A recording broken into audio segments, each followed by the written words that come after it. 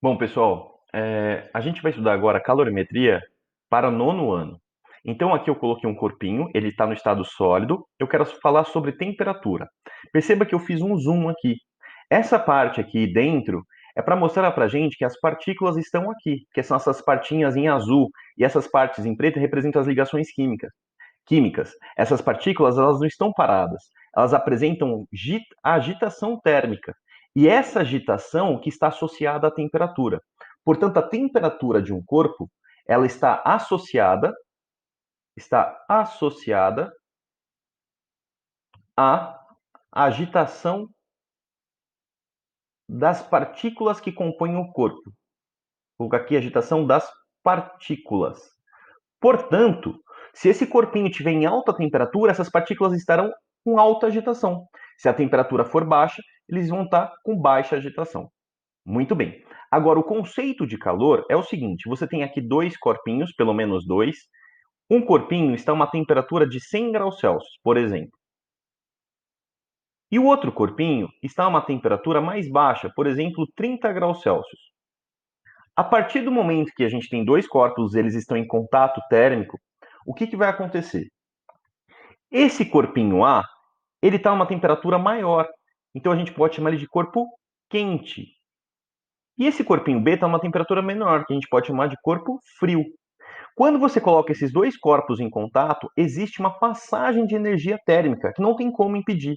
Essa energia térmica ela flui do corpo quente para o corpo frio. É espontâneo. E essa passagem de energia térmica é o que a gente chama de calor. Portanto, pessoal, calor é uma energia térmica em trânsito. Uma energia térmica em trânsito.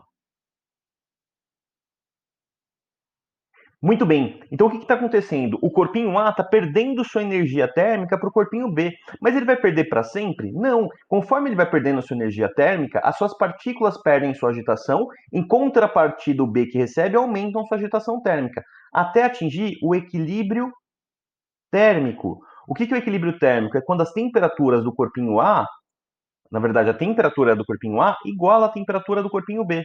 Por exemplo, 50 graus Celsius.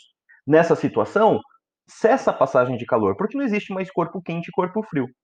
Tudo bem? Lembrando que isso aqui é um exemplo. Agora vem uma outra pergunta.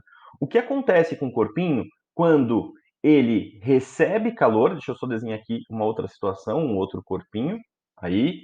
Então, o que vai acontecer com o corpinho quando ele recebe uma certa quantidade de calor ou ele libera uma certa quantidade de calor? Então, vamos colocar aqui que ele recebe ou ele libera.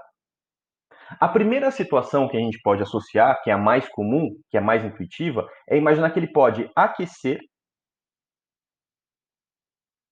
ou, que no caso ele liberar, né, ele pode esfriar. Muito bem, porque ele vai receber calor, suas partículas vão ficar mais agitadas, faz todo sentido pensar que ele vai aquecer. E faz todo sentido, se ele libera calor, imaginar que ele vai esfriar.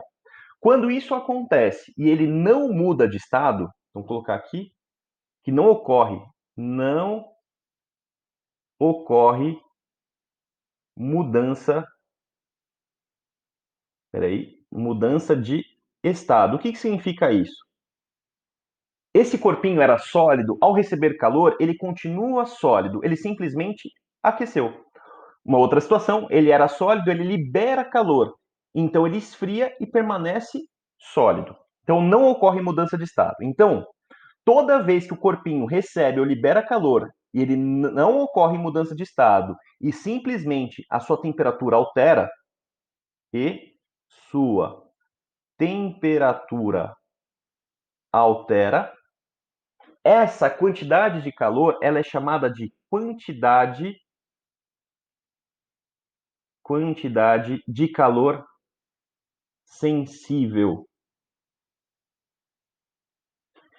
Então, quando você vai falar que essa quantidade de calor é sensível? Quando o corpinho não mudar de estado e a sua temperatura alterar. Se ele receber, ele aquece, se ele liberar, ele esfria, né? A sua temperatura diminui. Então, nessa situação, a gente vai chamar de quantidade de calor sensível.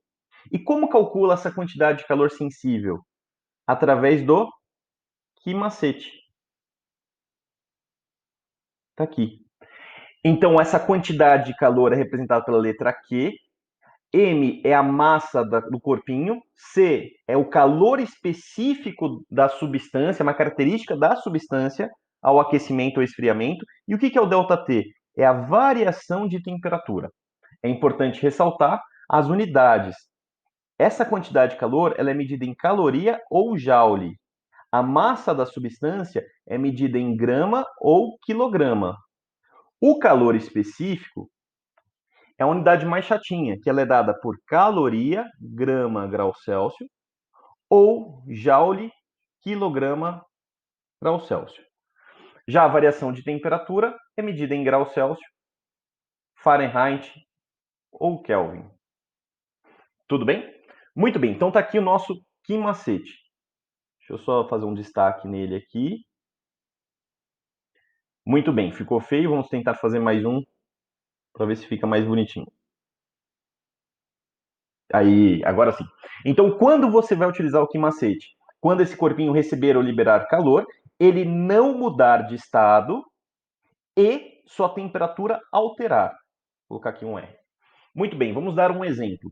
Imagina que eu pegue um pouquinho de água, 200 gramas de água.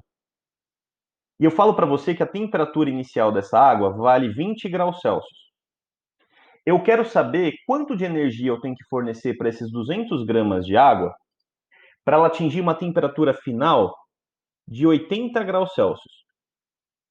Perceba, essa água aqueceu e ela não mudou de estado. Portanto, a energia que ela tem que receber. Mas, professor, por que eu sei que ela tem que receber? Porque a temperatura aumentou. Então, eu sei que eu tenho que fornecer calor para essa água. Quanto de calor eu tenho que fornecer para essa água aquecer? Sabendo que o calor específico da água vale 1 caloria grama grau Celsius. O que a gente vai fazer? Vamos aplicar o que macete. Então, no lugar da massa, eu ponho 200. No lugar do calor específico, eu ponho 1. No lugar da variação de temperatura, cuidado, você faz a temperatura final menos a inicial.